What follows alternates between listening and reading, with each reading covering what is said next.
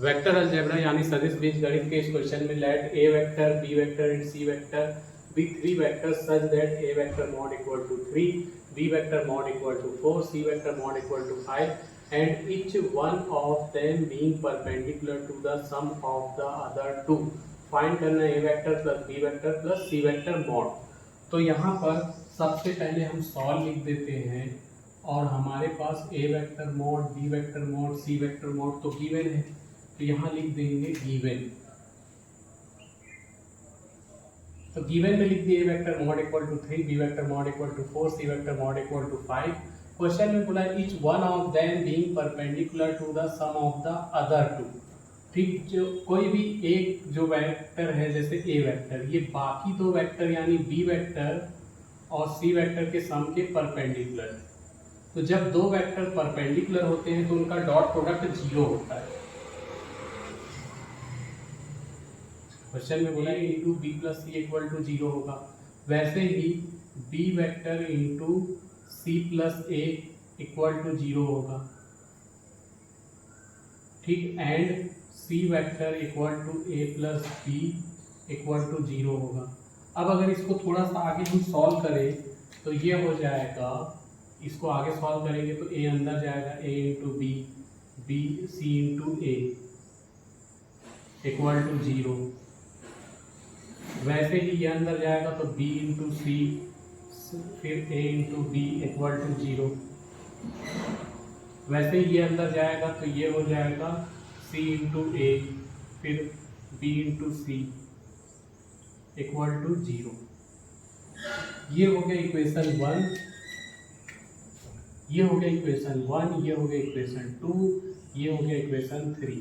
अगर मैं इक्वेशन 1 और 2 और 3 को ऐड कर दूं तो 1 प्लस 2 प्लस 3 तीनों को ऐड कर दे तो ए वेक्टर बी वेक्टर, ये ए वेक्टर बी वेक्टर से ऐड होके हो जाएगा 2 A vector into B vector plus 2 B vector into C vector plus 2 C vector into A vector equal to 0। 2 common निकाल दो तो 2 A vector into B vector plus B vector into C vector plus C vector into A vector equal to 0।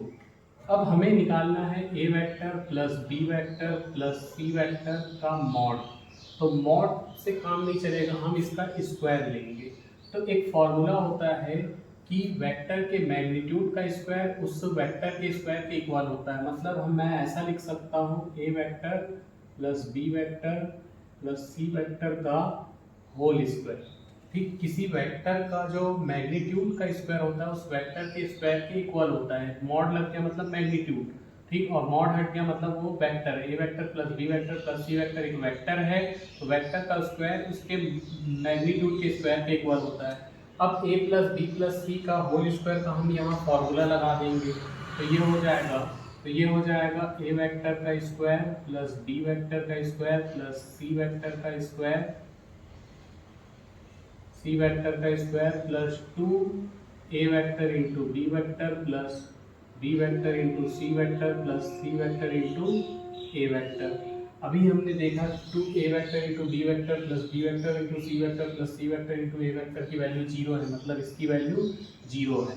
तो A vector का square plus B vector का square plus C vector का square plus ये 0 हो जाएगा। अभी मैंने बताया कि क्या होता है, किसी भी वेक्टर के मैग्नीट्यूड का स्क्वायर उस वेक्टर के स्क्वायर के इक्वल होता है या उस वेक्टर का स्क्वायर उसके मैग्नीट्यूड के स्क्वायर के इक्वल होता है। तो ये वेक्टर का स्क्वायर इसके मैग्नीट्यूड के स्क्वायर के इक्वल हो जाएगा। तो ए वेक्टर का स्क्वायर था तो ए वेक्टर में मॉड का स्क्वायर, ये बी वेक्टर मॉड का स्क्वायर हो जाएगा, ये सी वेक्टर मॉड का स्क्वायर हो जाएगा, प्लस 0 लिखने की जरूरत नहीं है। अब ए वेक्टर मॉड की वैल्यू कितना है 3, बी वेक्टर मॉड की वैल्यू कितनी है 4 और सी वेक्टर मॉड की वैल्यू कितनी है 5, क्योंकि ये स्क्वायर है तो स्क्वायर लगा दो।